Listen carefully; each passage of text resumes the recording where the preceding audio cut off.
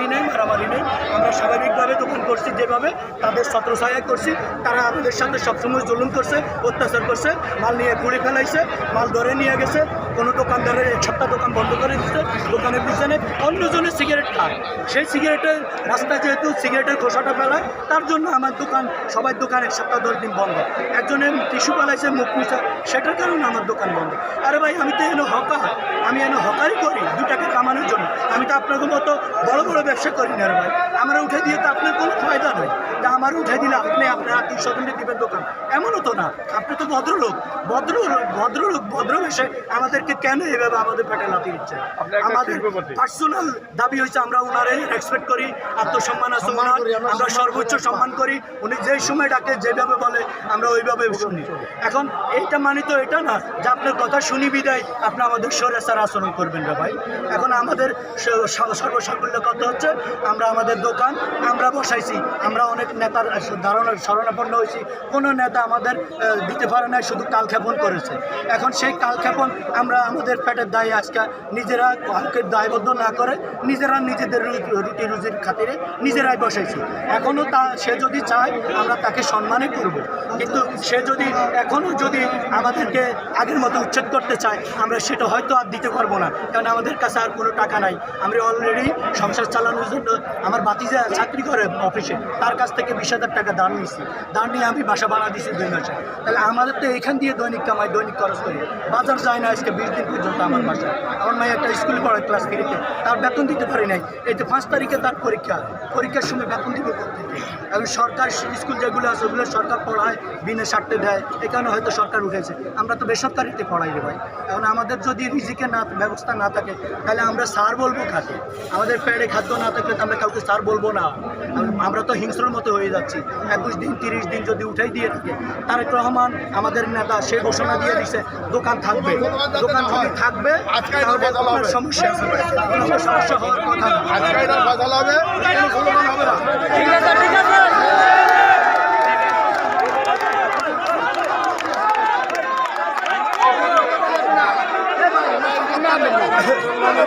ঠিক আছে, এতটুকু আমরা আমাদের দোকান এখন তারেক রহমানের ঘোষণা কেন্দ্রিক আমরা আমাদের দোকান বসিয়ে দিয়েছি।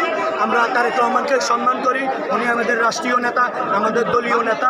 ওনার সর্বোচ্চ সম্মানার্থে আমরা ওনার কথা রেখে আমরা বসিয়ে দিয়েছি। আমরা কোনো কালো হাত দেখতে চাই না, কালো ছত্রছায়াও দেখতে চাই না, কারো কথায় আমরা চলতে চাই না। একমাত্র নেতা তারেক রহমানের কথায় আমরা চলতে চাই, ওনার নির্দেশনায় চলবো। ঠিক আছে, তবে এখানে আমরা কাউকে দালাল বলতে চাই না। উনি আমাদের সম্মানের জায়গায় থাকবে। আমরা ওনার সামনেই দোকান করি। উনি হাজার হাজার কোটি টাকার ব্যবসায়ী, আমরা 2 টাকার হকার। আমাদের সাথে ওনাদের যায় না। তারপর উনি আমাদেরকে ছত্রছায়া নিয়ে দায়িত্ব নিয়ে আমাদেরকে ঠকাচ্ছে। কেন জানি ঠকাচ্ছে জানি না। আমরা কি অপরাধ করছি? এই হচ্ছে ভাই, ধন্যবাদ। এই লোকের দ্বারাতে আমাদের হাজার হাজার লোক মা বলি আমরা বসতে আছি 1 মাস ধরে। সে আশা দিয়েছে, আজকে সে কি বলে, আশা দিয়া সে গাড়িতে নামে এসে বলে সব দোকান উঠাই দাও, চলে যাও, নাহলে দারুণ দিচ্ছে দোকান সাথে নিয়ে যাও। হ্যাঁ, একটা দোকান থাকবে না। সে আমাদের সাথে এরকম প্রতারণা কেন করতেছে? তার তো এই কাজ না। সে একটা মান্যগণ্য ব্যক্তি, সে একটা বিচিত্র শিল্পপতি, তার সাথে সম্পর্ক থাকবে মন্ত্রী মিনিস্টারের সাথে। আমাদের হকারের সাথে কি সে তার সম্পর্ক? সে আমাদেরকে উচ্ছেদ করার তার কোনো দায়িত্বও নেই, কাজও নেই স্যার। এই কাজ হলো সিটি কর্পোরেশন সরকার আমাদেরকে বসতে দিচ্ছে। আমাকে পুনর্বাসন না দেওয়া পর্যন্ত আমরা যেখানে আছি সেখানে দোকান করব। ভিডিও চালু করছি, ঠিক আছে,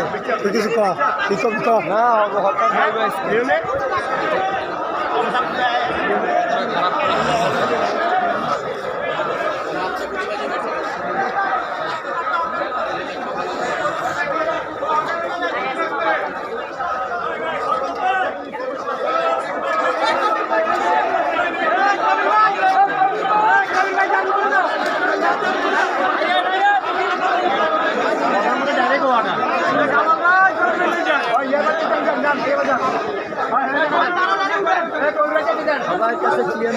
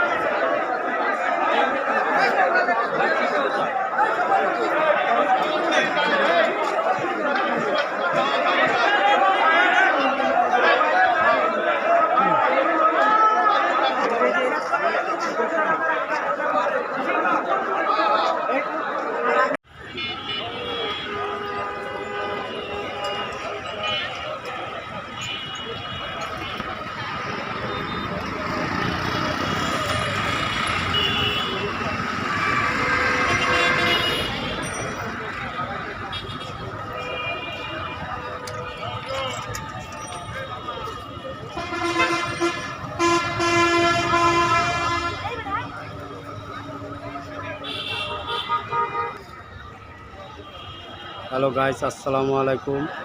আজকে চলে আসলাম এই যে হকারদের উচ্ছেদ করছে দোলন সাবে জোরপূর্বকভাবে আমাদের মাল সাবানা সব নিয়ে গেছে। এর তীব্র নিন্দা জানাই এবং সকল জনগণের কাছে এর বিচার চাই, সুস্থ বিচার চাই এবং সরকারের কাছে আমরা বসার জন্য অনুমতি চাই এবং বিচার চাই যে আমাদের মাল নিয়ে গেছে। আর এই যে ফুটপাতের যত দোকানদার আছে হকারগো মারিয়া দরিয়া 10-15 জন হলো ওই ইয়াতে আছে, 10-15 জন ওই যে হাসপাতালে আছে ঢাকা মেডিকেল। এই আর তীব্র নিন্দা এবং বিচার চাই আমরা সরকারের কাছে। আর বিচার চাই, সরকার যেন সুস্থ বিচার করে এবং আমাদের হকারদের পাশে দাঁড়ায়, আমাদের হকারদের পাশে যেন সরকার দাঁড়ায়, এটা আমরা বিচার চাই। এই বলেন, কথা বলেন। আসসালামু আলাইকুম। ওয়ালাইকুম সালাম। কী অবস্থা? এই যে দীর্ঘ 14-15 দিন ধরে হকারগো দোলন সাহেব উচ্ছেদ করে দিছে, এখন এই বিষয়ে কিছু কথা বলেন। কথা বলবো ইনশাল্লাহ, আল্লাহর রহমত যদি থাকে। হকাররা রাজপথে আছে, ফুটপাতে বসে, ফুটপাতে আছে, ফুটপাতে থাকবে। রাজপথে আমরা রাস্তায় থাকতে রাজি না, ফুটপাতেই থাকবে ইনশাল্লাহ, আল্লাহ যদি রাখে। হয়তো একটু সময়ের ব্যাপার, ওনার আল্লাহ যেন ওনার মন্দারে নরম করে, দিল্লারে নরম করে হকারের প্রতি সহানুভূতি দেওয়া হয়েছে, আল্লাহ যে রহমত দেয় যাতে আর কি আমরা ফুটপাতে বইতে পারি, এই আশাই ওনার প্রতি করি। আল্লাহ যে রহমত দেয়, ওনারে রহমত দিয়ে জামা করে পাওয়ার সুযোগ দেয়, দিলটা নরম করিয়া দেয়। হ্যাঁ। আমরা এই যে 14-15 দিন ধরিয়া বিভিন্নভাবে খুব হেরস্ত অবস্থায় আছি।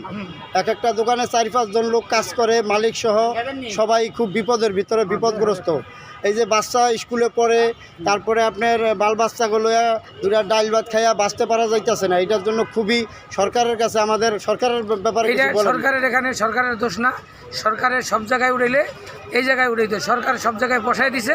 শুধু আমাদের বাইতুল মোকাররম মার্কেটের যারা মার্কেটের কর্মকর্তা, তাদের আমরা মার্কেটের সাইডেও না, আমরা মার্কেটের তো অনেক দক্ষিণ পশ্চিম সাইডে আমরা, অতএব মার্কেটের কোনো ক্ষতি হওয়ার কথা না। এই যে বড় বড় গাড়ি রেগে বয়ে দিছে, সমস্যা হয় না, হকার থাকলে সমস্যা হয়। তারপরে ওনাদের যে শুভবুদ্ধির উদয় হয়, আল্লাহ যে ওনাদেরকে দিলটা নরম করে আমাদের রুটি রুজির জন্য আল্লাহ পাক যে ওনাদেরকে রহমত দেয়, যে ওনাদেরকে মুখ দিয়ে যে কয় যে না তোমরা বসো, আমরা এই আশাই করি ইনশাল্লাহ। এই যে দেখেন, আমরা কিন্তু এই যে দেখেন, আমরা কিন্তু এই যে ফুটপাতটা দেখেন না, ফুটপাতটা বসে কিন্তু অথচ এই দেখেন গাড়ির পার্কিং করে থুয়ে দেয়, তাদের কোনো সমস্যা হয় না। আপনারা এই দেখেন, অথচ আমাদের এই যে ফুটপাতের সাইড দিয়ে আমরা বসি, কিন্তু ফুটপাতের সাইড দিয়ে আমরা বসি, কিন্তু তাতে আমাদের রুটির পেটে আমাদের লাঠি দিয়া আমাদের উঠাই দিছে। আমাদের 10-15 জন হকার অসুস্থ অবস্থায় ঢাকা মেডিকেল হাসপাতালে পাঠাইছে, আমাদের মাইরা পাঠাই দিছে। এবং আমরা অনেক লোক খুব সমস্যায় আছে।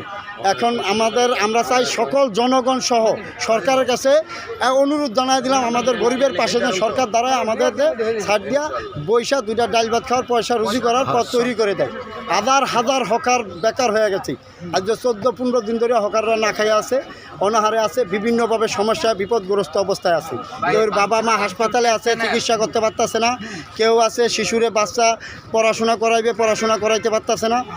খুবই সমস্যা অবস্থা। কাকা কিছু আপনি কিছু বলেন এই হকার সম্পর্কে কিছু কথা বলে দেন। সম্বন্ধে হকার এখানে নিরহ হকার, তাদের অনেক নির্যাতন করছে, অনেক কিছু করে তাদের উচ্ছেদ করছে। হকাররা এখন না খাইয়ে মরতে আছে, বাচ্চার দুধ কিনতে পারতেছে না, বই খাতা কিছু কিনতে পারতেছে না, তারা একবেলা খাইতে পারতেছে না। এদের জন্য এই সরকারের যেন সদৃষ্ট আমরা চাই, এই সরকারের সদৃষ্ট চাই। সরকার হইল মেহনতি মানুষের সরকার, তাদের যে হইল মেহনতি মানুষের সরকার, তাদের আমরা ধন্যবাদ জানাই। সে কয় না যে হকার উচ্ছেদ করো, এই দোলন সব মার্কেটের সভাপতি একদম না করিয়া এই আমাদের হকারগুলোর উচ্ছেদ করছে। এখন আমরা প্রধানমন্ত্রীর কাছে বিনীত আবেদন জানাই, আমাদের এদের প্রতি যেন দৃষ্টি আকর্ষণ করে। আলহামদুলিল্লাহ। এই যে দেখতে পাইতেছেন, এই যে সাইডে আমরা বসি হলো এই জায়গাটায়, এই যে আমরা এই জায়গাটায় বসি, জায়গাটায় থেকে আমাদের মালমূল সব নিয়ে গেছে মারিয়া। এই জন্য আমরা তীব্র নিন্দা এবং সরকারের কাছে খুব অনুরোধ জানাই। আমি ইউটিউবের মাধ্যমে সরকারের কাছে অনুরোধ জানাইলাম, সরকার যাতে আমাদের দৃষ্টি আকর্ষণ করে এবং সাধারণ এই যে এতগুলি মানুষ অসহায় হয়ে পড়ছে, এই মানুষগুলি যে রুজির ব্যবস্থা তৈরি করে, এই জন্য অনুরোধ জানানো হইল। সবাই ভালো থাকবেন আর দোয়া করবেন আমাদের জন্য। আমি ইকবাল মোল্লা ইউটিউবের মাধ্যমে আপনাদের মাঝখানে এই জন্য ভিডিওটা তুলে ধরলাম। আজকে আমরা অনেক লোক হকাররা কিন্তু না খায়া অনাহারে রয়েছে। কেউ পরীক্ষা দেয়, পরীক্ষা দেওয়া হইতে পারতেছে না, বাচ্চাদের চিকিৎসা করতে পারতেছে না, বিভিন্নভাবে সমস্যা বিপদগ্রস্ত অবস্থায় আছে হকাররা। এই জন্য সরকারের দৃষ্টি আকর্ষণ করছি, সরকার যেন এই জিনিসটা দৃষ্টিতে নিয়ে ভাবে যে আমাদের ব্যাপারটা খেয়াল করে দেখে। এই জন্য সবার কাছে সকল জনগণের কাছে আমাদের আকুল আবেদন রইল আমাদের হকারদের যেন বসার সুযোগ করে দেয়। আসসালামু আলাইকুম, সবাই ভালো থাকবেন আর দোয়া করবেন। আমি ইকবাল মোল্লা ইউটিউবের মাধ্যমে আজকে বিদায় জানাইলাম বাইতুল মুকাররম লিংক রোড থেকে। ঠিক আছে, সবাই ভালো থাকবেন। আল্লাহ হাফেজ, আল্লাহ হাফেজ, আল্লাহ হাফেজ।